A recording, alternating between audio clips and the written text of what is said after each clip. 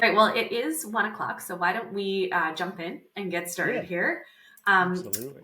Hopefully, there's a couple people here with us listening in, Hmm. and some of you may catch this in the sort of post session replay if we're able to get that up online afterwards.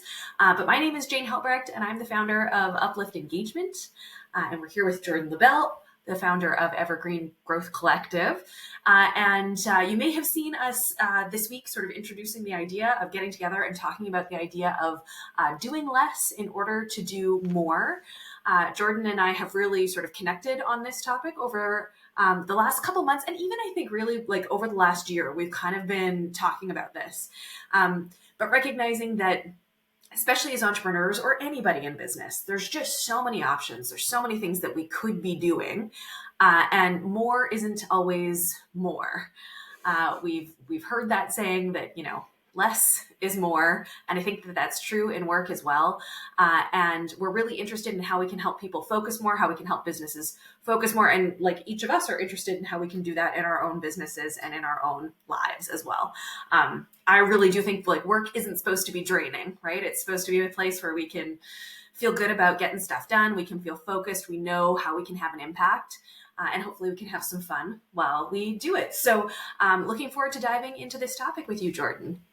Yeah, same. I feel like this was destined to be because I remember when I first started going out on this journey, you were one of my first coffees I had, and we both, even at that point, were talking about how the big reason we decided to pursue entrepreneurship was that the priorities we had in life were maybe a little bit different than just like title and salary and Yeah. being in a position at a company. And there's nothing wrong with that. It's a great thing to do for a lot of people.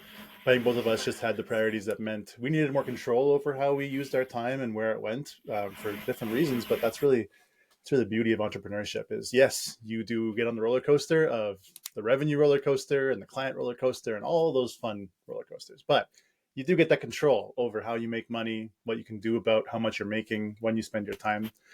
Um, and it's one of those things where you can get sucked up into just feeling like you have to do more and more and more. You see the influencers, the gurus, the whatever, and everyone's got their latest trend of the month. That's the thing that they want you to do that's going to solve all your problems. Yeah. And you feel like if you're not doing them, you're just falling further and further behind. And I think what both of us believe is true is that couldn't be further from the truth. Is you don't need to do any of those things. You just need to pick the couple that really will move the needle, and you have to just nail them. And sometimes that Yeah. means slowing down to get them right so you can go faster and do more of it. And so when you brought this up as a LinkedIn Live, I was a hell yes from the second you mentioned it. Um, and it's a big piece of what we do. We do 4-day work weeks from the start. We work with our clients on sustainably growing. So not breakneck speeds, not grind hustle culture, but like, how can you have a business and enjoy having the business while you have it? Not when you sell it, not when you exit, not when you, whatever the outcome is, but the actual whole journey is enjoyable.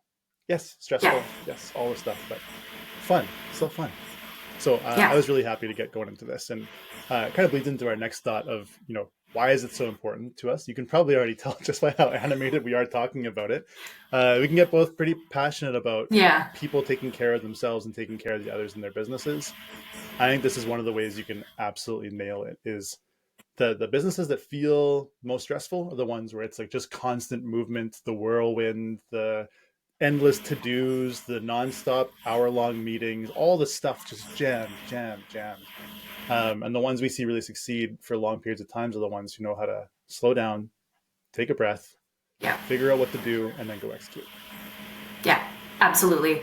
I think that, again, you and I have been talking about this for a long time, but I really noticed at the end of last year, like Q4 2024, I felt like every client I was speaking to when we were doing leadership training and connecting about how they're getting things done, every team I was talking to, this was a theme that was coming up, was that like we have too much on our plates, we're not focused, there's too many things we could be doing, and we just like can't keep up. We can't keep up, and we don't feel good about really feeling like we're making progress because we're spinning our wheels.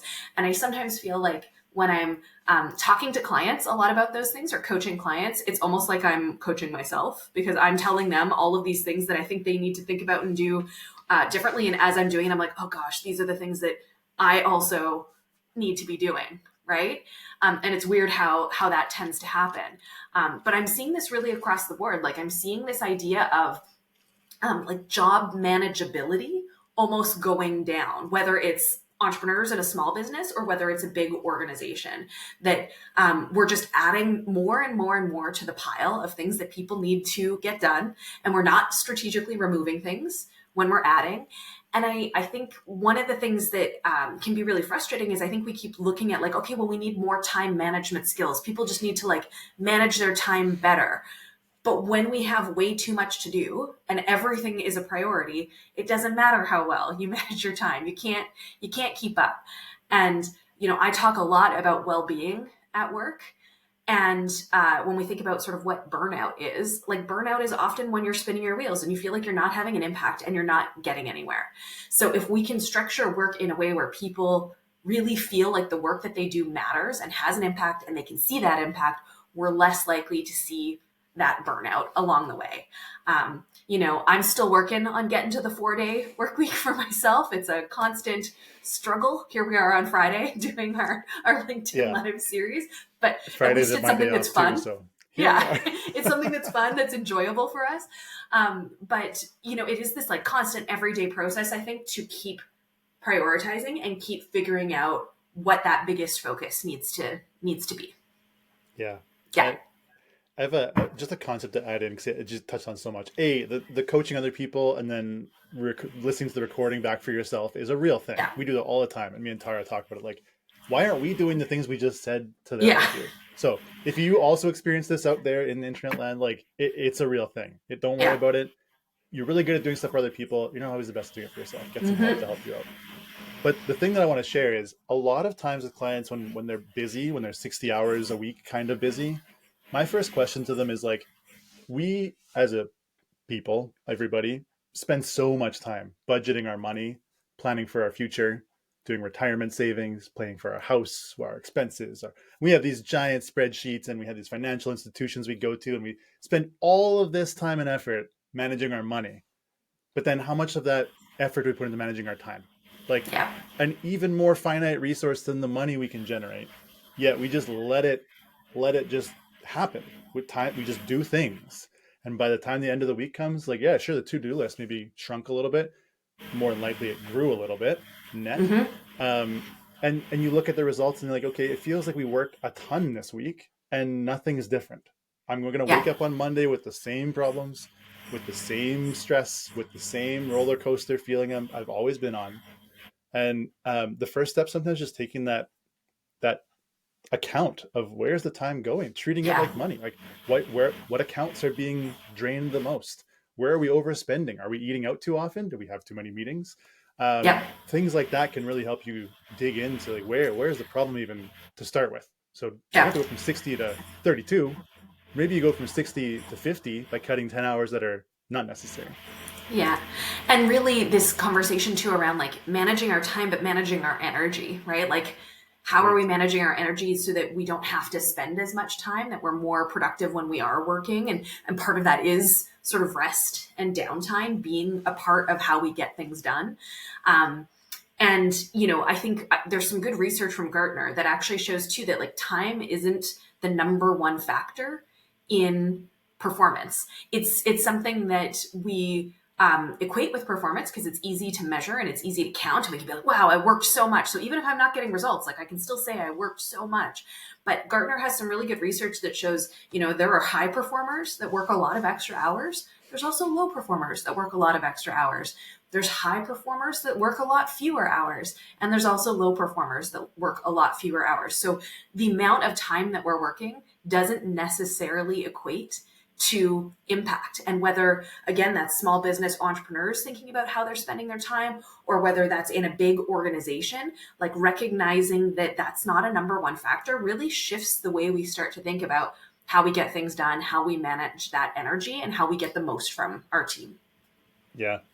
I was actually on a late night walk through Buns Creek here in Winnipeg, if anyone's not from Mm-hmm. Winnipeg on this call, with a friend. And we like to go every month or so. Just we're both like big idea people, and we just almost need an Yeah. outlet for someone to listen to the crazy for like a couple hours that isn't like our partners either, like personally or professionally, to just like get the garbage out.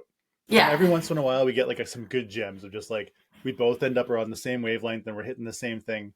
And this walk, we talked a lot about action is so important. You can't get progress without action. So I understand why everyone's like just trying to look for the next thing on their to-do list, the next thing that a TikTok influencer is going to tell them to do, like the next thing to do to change their situation.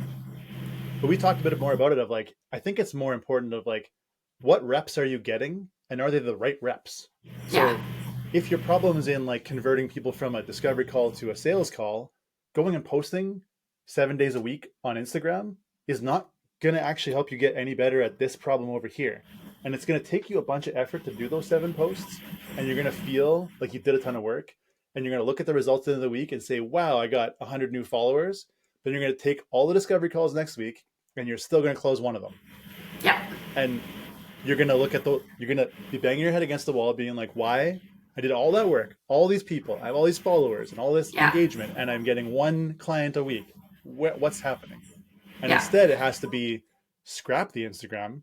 You need more reps and more like concerted, intentional practice effort into these sales calls. Bring Yeah. that rate up first, then go pump the front of the funnel to get more people coming through the discovery call.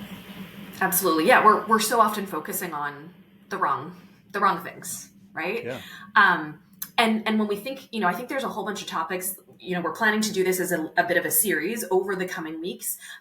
Might be sort of every Friday, might have to miss a Friday here and there, but over the next number of weeks, we're going to continue to explore this topic, and we'll probably invite some guests on at some point to talk about the success that they've had with some of these ideas. But I think we'll get into things like talking about the Pareto principle, right? Talking about this idea of how sort of 20% of your effort in most businesses, projects, things drives 80% of the results. And how can we really double down on that 20% that is driving so much impact and do more of that? And then that 80% that is only driving, 80% of the work that's only driving 20% of the results. Well, that's clearly not working for us. That's not a good use of our time. So how are we eliminating, simplifying, automating that kind of stuff so that we can double down on that 20% that's really having a big impact along the way? Yeah. And I actually use it in a different way as well, which is fun. I tend to like to focus on the people part of the business where I can to Yeah. figure out, okay, I meet with an entrepreneur or founder and I ask, what are you incredibly gifted at? Like, what's the things that you were just like naturally born talent, very good at doing? You probably just love doing it because you're so good at it and it brings you joy when it's on your to-do list the next day. Like, what are those things? And what I like to look at is like, how do we actually make 80% of your time go towards those things and Yeah. 20% only go towards everything else? Now, Yeah. obviously, day one, we're not going to say tomorrow you're going to cut 80% of your workload, essentially, and give it to someone else. But we can start looking at like, let's prioritize it. What does the list look like? Here's the stuff you're best at. Here's the stuff that like you're worst at, you hate doing, Yeah. you put off for weeks and months, maybe years. How do we get like that off your plate? And then the next thing, and then the next thing, we kind of carve back to Yep. you're spending 80% of your time doing this 20% of activities that you're just like amazing at. Because Yeah. that's where you get leverage and better results, right? Like you put people in their strengths and you let them cook, for lack of a Yeah. better term. Like Yeah. let You them get do let their them thing. play. Yeah. Yeah. Yeah. So Absolutely. And you've 80/20 is actually huge. Yeah. that's an exercise you've done with me. We've talked, you've asked me those questions before, and we've gone through some of that process too, which is really, really valuable. Yeah.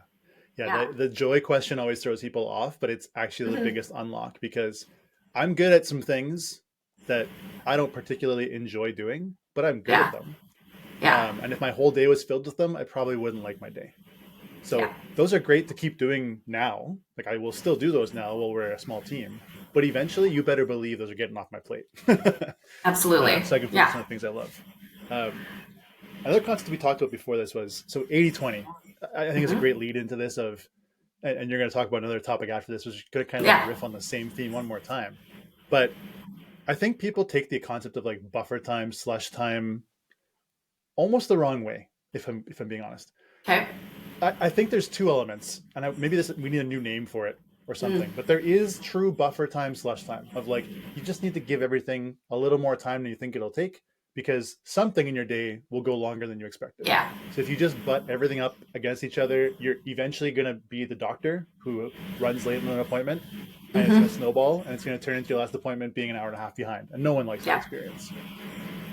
Instead, what I've been trying to do a lot is actually planning scheduled silence, which Mm-hmm. maybe sounds extreme, and maybe you need to start with a baby step of like 5, 10, 15 minutes, but actually try to find a time in my day to purposely go like sit in a quiet room and do nothing and just let what needs to happen the rest of the day come to me instead of trying to force it.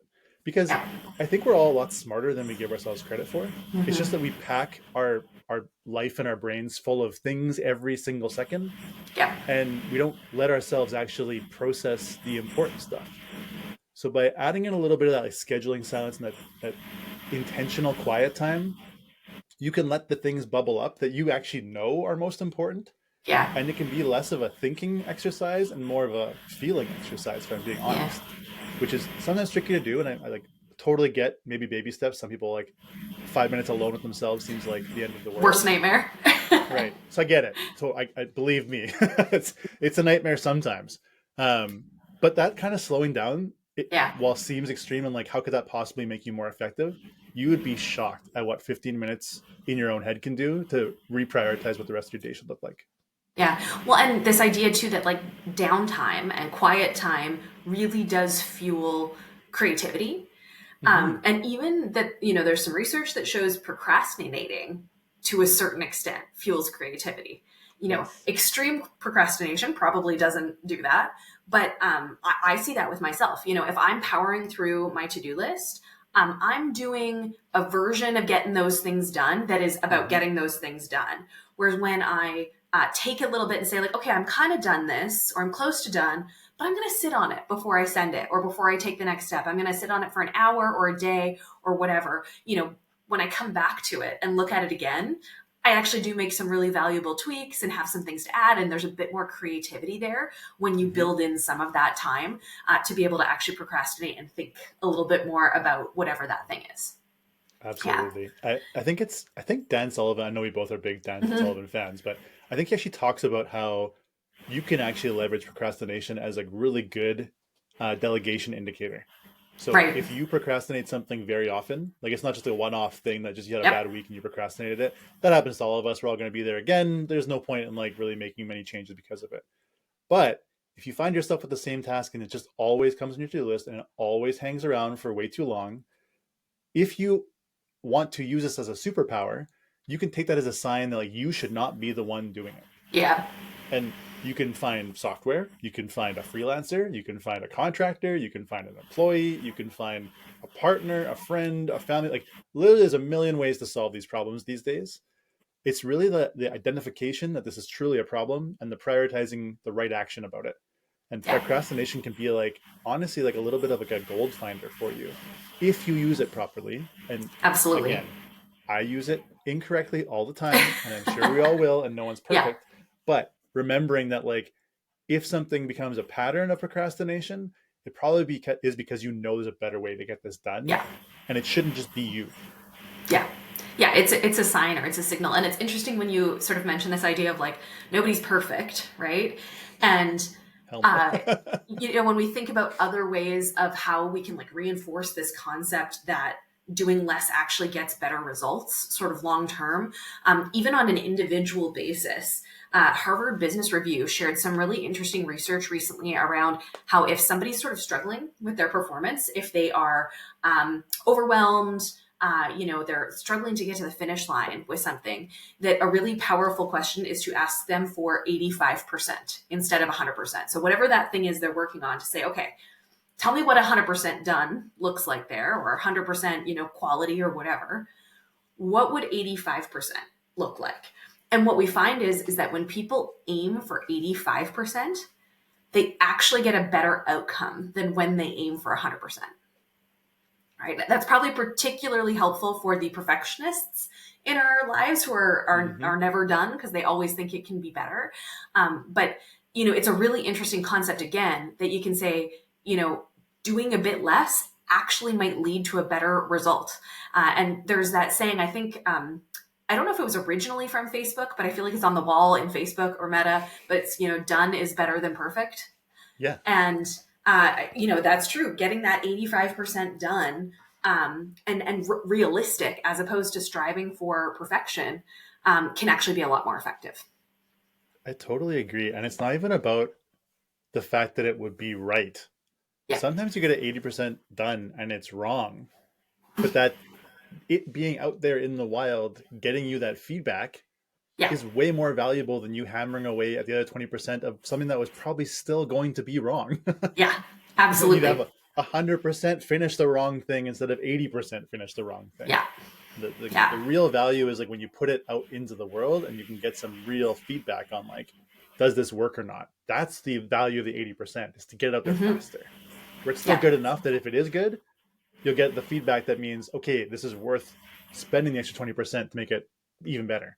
Or Yeah. this is good as it is. This is meeting our expectations. We don't need to go any further. This is perfect. Or this was a miss. Back to the drawing board. Let's try another Yeah. thing at 80%. Yeah. It takes some of And the that, pressure off, right? Like it totally. just takes pressure off people. It takes pressure off teams. And I think a lot of people like are feeling a lot of pressure at work right now. So if we can relieve a little bit, even if it's just a psychological shift, and they Yeah, just are better able to get things done because they're making that mind shift, that's amazing. absolutely. I'll end us in this kind of spot with a story from whatever. People can just figure it out. I could say like from a company, but they'll just instantly know who I'm talking about. When I was at Bold Commerce before this, they're a Hmm. fantastic company. I love a bunch of people there. So this is no knock. This is just when you're in the whirlwind, you're in the whirlwind. Yep. But I distinctly remember this conversation because it's stuck with me since then. We had an engineering manager who came to us and said, like, we have to stop planning our development resources to 100% capacity because what happens is if we do 100% utilization across all of our resources, then what happens when something new comes in? Then we need a meeting to figure out what needs to come out for this thing to come in. But then we're still at 100% utilization. So another thing comes in. We have another meeting to figure out this goes in, what comes out. And then another thing, and another thing. Yeah. And soon enough, our 100% utilization of development resources to build the important stuff for our customers turns into almost 100% utilization in meetings deciding what to work on. Right. And that just slows everything down. Then nothing happens. We can't get customer fixes out. We can't launch the new features. We can't pay down tech debt. We just lose all ability to progress. And it's counterintuitive because you want to use all of your resources to move forward, right? Like, why would you leave Yep. resources on the table not doing anything? But in this mindset, it's better to schedule 60, 80%. Like, give Yep. yourself some back to slush time, back to silence, some room. So that when the new really important thing comes in and it can't wait for the next sprint or the next week or whatever cycle planning you're doing, you just have room baked in. It takes no Yeah. meetings, no decision making. It's like, is this worth doing now instead of later? Yes. Cool. We have room for that. And so when we made that switch in some teams, we just saw like the throughput went so much better. We got so much further Yeah. faster. And like no one so everyone was less stressed because you knew you had this little bit of wiggle room that if something took a bit longer, you didn't have to then Yeah. go play the Tetris game of like reorganizing all the tasks afterwards. Yeah, absolutely. And it's being realistic, right? About like what's on your plate, what's going to change, how things are going to evolve, and even on an individual basis, looking Mm-hmm. at a leader who is packed in meetings every day, and so they end up working in the evenings to catch up on their emails and other things, Right. or the emergency things that take them off track. Even starting to understand like how many hours in a day, on an average day, do you have things that pop up that are unexpected that you need to deal with that day? And making sure that you don't maybe you're saying like, well, 2 hours of things a day pop up that I don't expect that need my attention. Okay, well, then I can't schedule myself in more than 6 hours of meetings a day, and probably even less than that because I also need some time to actually get some work done. But really thinking about Exactly. like, what does it look like to leave my calendar open to actually be Mm-hmm. able to address those things that pop up as opposed to overscheduling myself, then still having things pop up and having to do it all in my off hours. Yeah.